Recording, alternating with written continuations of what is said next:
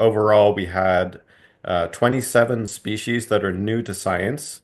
And in addition to that, we have another 48 species that are potentially new, which means we need to either collect some more specimens or do further study to determine if those are also new. But there's, at least 27 that are new to science. And what's really shocking is that four of those are mammals, and most of those new species are vertebrates, meaning animals with a backbone.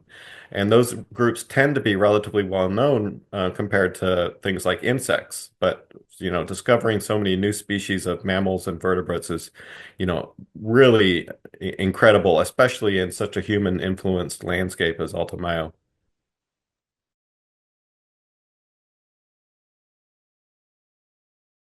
Probably my favorite of the new species discoveries is the blob-headed fish.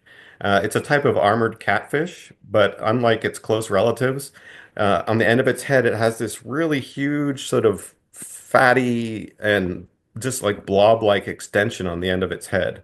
And the scientists have never seen anything like this, and really, it's a complete mystery as to what the purpose of this blob head is.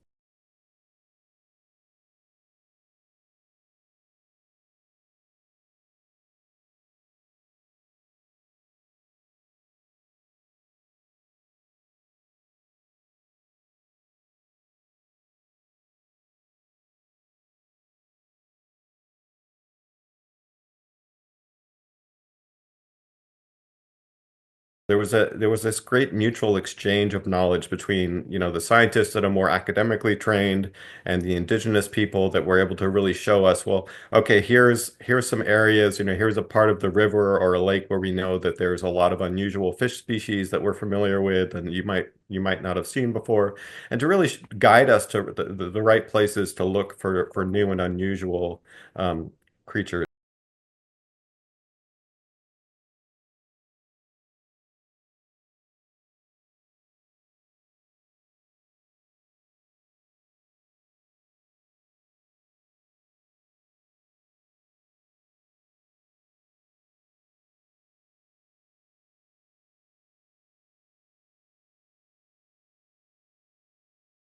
Unless there's action taken now to safeguard these places and to help restore parts of the landscape around them and build that corridor, there's a very high chance that they won't persist in the long term into the future.